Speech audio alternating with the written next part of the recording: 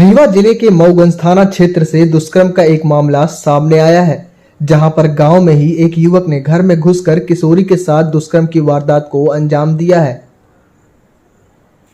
वारदात को अंजाम देने के बाद आरोपी मौके से फरार हो गया। घटना के बाद किशोरी बेहोश हो गई। यह घटना उस समय हुई जब किशोरी घर पर अकेली थी।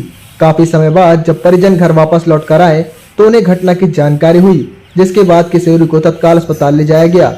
घटना के बाद तुरंत पुलिस सक्रिय हुई और आरोपी को गिरफ्तार कर लिया गया। युवतियों के साथ लगातार दुष्कर्म के मामले सामने आ रहे हैं। लगातार प्रयासों और अपराधी सख्त कार्रवाइयों के बाद भी अंकुश लगने का नाम नहीं ले रहा है। ताजा मामला मऊगंज थाना क्षेत्र का है। यहाँ पर रहने वाली 14 वर्षीय किशोरी मंगलवार की सुबह घर पर अकेली थी। किशोरी के माता पिता किसी काम से बाहर गए हुए थे।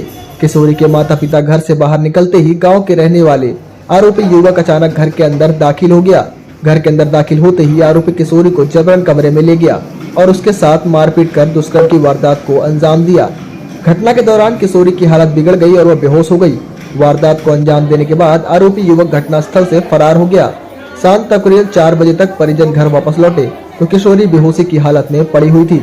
घटना के बारे में जब परिजनों को जानकारी हुई तो उनके पैरों तले जमीन खिसक गई। पहुंचे परिजन किशोरी को सामुदायिक स्वास्थ्य केंद्र मऊगंज लेकर पहुंचे, जिसके बाद किशोरी की बिगड़ती हालत को परिजन किशोरी को सामुदायिक स्वास्थ्य केंद्र मऊगंज लेकर पहुंचे, जिसके बाद किशोरी की बिगड़ती हालत को देखते हुए डॉक्टरों ने उसे रीवा के संजय गांधी अस्पताल रेफर कर दिया। घटना की सूचना मिलते ही पुलिस मौके पर पहुंच गई और घटना स्थल का निरीक्षण किया। पुलिस पीड़िता के बयान के आधार पर सक्रिय हुई और कुछ ही घंटों के अंदर आरोपियों को गिरफ्तार कर फिलहाल पीड़ित का इलाज रीवा के संजय गांधी अस्पताल में।